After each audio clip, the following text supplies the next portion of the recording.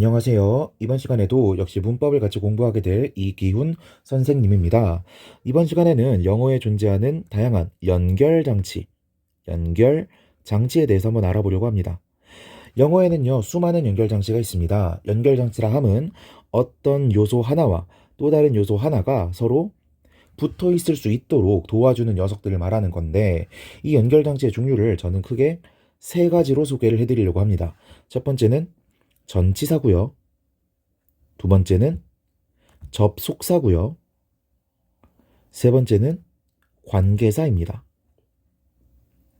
그러면 제가 여러분한테 항상 말씀드렸던 게 뭐였냐면, 문법을 공부하실 때는 공통점이 있는 것들을 통해서 먼저 이렇게 크게 묶고 그 다음에 서로 차이점이 있는 녀석들을 각각각 이 아래에서 나누라고 했었죠. 그게 바로 목차식으로 문법을 정리하는 방법이라고 말씀을 드렸었습니다. 그러면 전치사나 접속사나 관계사나 전부 다 연결장치에 속한다라는 건 여러분이 파악은 하셨을 거예요. 그러면 각각이 어떻게 다른지 우선 뒤에 무엇이 따라올 수 있는가를 중심으로 한번 구분을 해볼게요. 전치사라고 하는 거는요, 뒤에 명사, 구가 따라오게 됩니다. 오케이. 접속사라고 하는 건요, 뒤에 절이라고 하는 게 따라오게 되고요. 관계사도 절이라고 하는 게 따라오게 됩니다. 그러면 우리는 또 한번 생각을 해볼 수가 있는 거예요. 접속사도 뒤에 절이 따라오고요. 관계사도 뒤에 절이 따라온다는 건 우리가 어떻게도 나눌 수 있다는 거예요. 이렇게도 한번 나눌 수가 있다는 거겠죠. 전치사는 뭐가 따라오는 애? 명사, 구가 따라오는 애. 접속사와 관계사는 뭐가 따라오는 애? 절이 따라오는 애. 오케이? 그래서 이러한 기준에서 저는 이런 식으로 나눠볼 수 있을 것 같아요. 연결 장치를 크게 두 가지 방법으로 묶을 수 있겠다. 어떻게? 첫 번째, 뒤에 절이 따라오는 녀석들. 두 번째, 뒤에 명사구가 따라오는 녀석들. 그럼 절이 따라오는 녀석들은 크게 두 가지다. 어떤 거? 접속사와 관계사. 뒤에 명사구가 따라오는 건 누구다? 명사구가 따라오는 건 전치사다. 먼저 이렇게 정리를 해볼게요. 오케이. 그러면 이제 전치사라는 게 지 혼자 명사구를 가지고 오는 애니까 얘부터 먼저 알아볼게요. 전치사라고 하는 건 at, on, in, from, to 등등등 뭔가 되게 짧은 애들, 뭔가 형태 변화를 줄 수도 없을 정도로 미니미한 친구들, 이 친구들이 바로 전치사입니다. 전치사의 종류는요, 여러분이 암기하는 거 말고는 방법이 없고요. 그럼에도 불구하고 우리가 전치사를 따로 길게 시간을 내서 공부하지 않는 이유는 전치사란 이런 것이다 라는 것 정도를 보고 나면은 우리가 영어에서 전치사를 너무나 많이 만나기 때문에 따로 공부할 필요가 없기 때문이에요. 오케이. 우린 이것만 명심하면 됩니다. 전치사 다음에 항상 뭐가 나온다? 명사, 구가 나온다. 그래서 전치사 플러스 명사, 구, 꼴로 계속해서 사용이 되겠죠. 그래서 사람들은 뭐라고 부르냐면 전치사 플러스 명사다라고 해서 이 묶음을 이렇게 묶어서 전명구라고도 부릅니다. 저는 전명구라는 말보다는 전치사구, 전치사가 이끄는 구, 전치사가 이끄는 덩어리란 뜻에서 전치사구라고 부르고요. 여기까지 정리가 되셨죠? 자, 그러면 그 다음 연결장치에 대해서 다시 한번 정리를 해볼게요. 연결장치 중에서 뒤에 절을 달고 오는 친구에는 크게 몇 가지가 있다고? 두 가지가 있었다고. 첫 번째, 접속사. 접속사만 먼저 한번 쭉 정리를 해볼게요. 접속사라고 하는 건 크게 종류가 몇 가지가 있느냐? 두 가지가 있습니다. 첫 번째는요, 등위 접속사라고 하는 애고요. 두 번째는 종속 접속사라고 하는 친구예요. 자, 그러면 우리가 이름을 통해서 둘이 어떤 차이가 있는지를 먼저 봐야겠죠. 일단 등위 접속사잖아요. 등위 접속사. 등위라는 거는 뭔가 같은 위치에 놓인다라는 뜻을 가지고 있는 거고요. 종속 접속사는 어딘가에 속한다라는 의미를 가지고 있는 겁니다. 무슨 뜻인고 하니 예를 들어서 문장 A랑 문장 B가 이렇게 있어요. 근데 이 사이에 등위 접속사 and가 붙었어. 그러면 A 문장은 B 문장 속에 들어가 있는 건가요? 아니겠죠. 왜? 등위 접속사를 통해 연결했기 때문에 이 둘은 완전히 대등한 관계라는 겁니다. 오케이. 이게 무슨 소리인지 잘 모르겠으면 종속 접속사를 보고 나면 조금 더 이해하기가 쉬워요. A 다음에 종속 접속사 대절이 나온다면 이 문장은 어떻게 되는 거냐면 자, 예를 들면 이런 겁니다. 주어, 동사, that. 주어, 동사.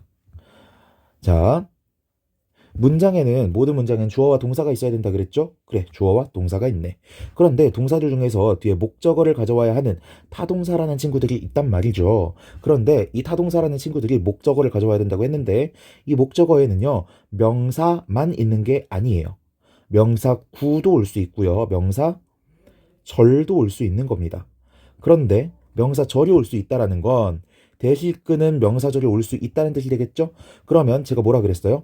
타동사 뒤에 목적어가 올 수 있는데 이 목적어에는 그냥 명사구만 올 수 있는 게 아니라 명사절도 올 수 있다고 했잖아요. 그러면 이 명사절 대절이 차지하고 있는 이 문장에서의 역할이 뭐죠? 목적어라는 걸 알 수가 있겠죠. 오케이? 자, 그러면 다시 생각을 해보는 겁니다. 주어, 동사, 목적어 이런 식으로 우리는 커다란 한 개의 문장 속에 어떤 작은 문장 하나를 이 문장 속에 한 구성 요소로서 쏙 집어 넣어버릴 수가 있습니다. 뭐를 통해서? 종속 접속사를 통해서. 그러면 관계상으로는 어떻게 되는 거예요? 크게 주절이 있고 이 주절 안에 조그맣게 종속되어 있는 소속되어 있는 절이 있는 거잖아요. 그렇죠? 그래서 종속 접속사다라고 부르는 겁니다. 됐죠? 그럼 이거 싹 지워버리고요. 등위 접속사에는 종류가 무엇이 있는지 먼저 한번 알아볼게요. 왜? 등위 접속사는 종류가 많지 않거든요. 등위 접속사는 외울 때 fanboys라고 외우시면 됩니다. fanboys. fanboys가 뭔데? 자, for, and, nor, but, or, yet, so 이런 친구들이 등위 접속사예요. 오케이. 조금 더 문법적으로 뭐 정교하게 딱 정의를 내리려고 하면 이 중에 등위 접속사가 아닌 애들도 있기는 한데요. 근데 우리는 학교 문법에서 보통 얘네들을 등위 접속사라고 배우니까 우리는 얘네를 등위 접속사라고 기억하고 지나가시면 되겠습니다. 그러면 이제 종속 접속사의 종류도 다시 한번 나눠봐야 되는데요. 종속 접속사는요, 또 다시 한번 크게 두 가지로 나뉩니다. 어떤 거? 명사절을 만드는 접속사와 부사절을 만드는 접속사가 있어요. 문법책에서 흔히 명사절을 이끄는 종속 접속사, 부사절을 이끄는 종속 접속사라고 합니다. 명사절을 이끄는 종속 접속사는요, 또다시 종류가 두 가지가 있습니다. 첫 번째, 뭐뭐라는 것이라고 해석이 되는 that이 있을 수 있고요. 뭐뭐인지 아닌지, 뭐뭐인지라고 해석이 되는 whether, if가 있습니다. 딱 뜻만 보더라도 얘는 뭐뭐인 것 이렇게 딱 잘라서 말한다는 걸 느낄 수가 있죠. 단정적이고 단언하는 그런 느낌을 주는 접속사예요.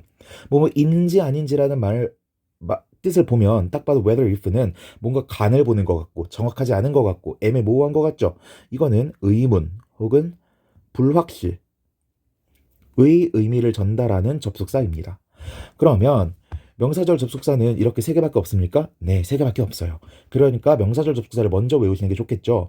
부사절 접속사는요, 종류가 굉장히 많아요. 그래서 우리가 접속사라고 만나는 친구들 중에서 등위 접속사 빼고 종속 접속사 중에서 명사절을 이끄는 접속사를 빼고 나면은 나머지는 다 부사절을 이끄는 접속사라고 이해를 하셔도 좋습니다. 부사절을 이끄는 접속사의 대표적인 거는요, although라던가 when이라던가 뭐가 있을까요? if라던가 등등등 너무 종류가 많은데 막상 말하려고 그러니까 잘 기억이 안 나네요. 이런 친구들이 있습니다. 됐죠? 그러면 여기까지 해서 접속사의 종류도 전부 정리가 끝났습니다. 그러면 이제 여기서 선을 그으면 안 되죠? 접속사뿐만 아니라 뒤에 절을 가지고 올 수 있는 거 하나 더 있다 그랬어? 그게 뭐예요? 관계사라는 거죠. 관계사라는 친구는요, 이 친구가 맨 앞에 나와서 관계사절 이라는 것을 이끄는데요. 이 관계사라고 하는 친구는요, 몇 가지 종류로 나눌 수가 있습니다. 첫 번째, 일반적인 관계사라고 이름을 지을게요. 두 번째, 예외적인 관계사라고 이름을 붙일게요. 왜 이런 이름을 붙일 수가 있느냐? 관계사들은요, 대부분 관계사절을 이끌 때 이 관계사절을요, 형용사절로 만들어서 끌고 다녀요. 형용사절로 만든다는 거 무슨 뜻이에요? 형용사는 문장 내에서 무슨 역할을 하죠? 명사를 수식해주는 역할을 하죠. 즉, 일반적인 관계사절은 문장에서 어떤 역할을 한다고? 명사를 수식해주는 역할을 한다고요. 그러니까 명사가 이렇게 나오고 뒤에 관계사절이 나올 수밖에 없다라는 겁니다. 오케이. 근데 예외적인 관계사절은요, 조금 특이해요. 얘는 명사절을 이끌게 됩니다. 명사절을 이끌게 된다는 건 무슨 뜻이에요? 명사는 문장 내에서 무슨 역할을 하죠? 주어, 목적어, 보어 역할을 하죠. 즉, 이 예외적인 관계사들이 이끄는 관계사절은 문장에서 무슨 역할을 한다고? 주어나 목적어나 보어 역할을 하게 될 거라고요. 여기까지 됐죠? 자, 그러면 일반적인 관계사의 종류는요, 크게 제가 세 가지로 나누겠습니다. 첫 번째, 관계 대명사가 있고요. 두 번째, 관계 부사가 있고요. 여러분이 학교에서는 잘 배우지 않지만 관계 한정사라는 게 있습니다. 선생님에 따라서는 관계 한정사라는 말 대신에 관계 형용사라는 말도 사용을 하실 수가 있어요. 됐죠? 자, 예외적인 관계사절은요, 명사절을 이끌 수 있는 친구들이라 그랬죠? 무슨 종류가 있냐면, 일단 선행사를 포함한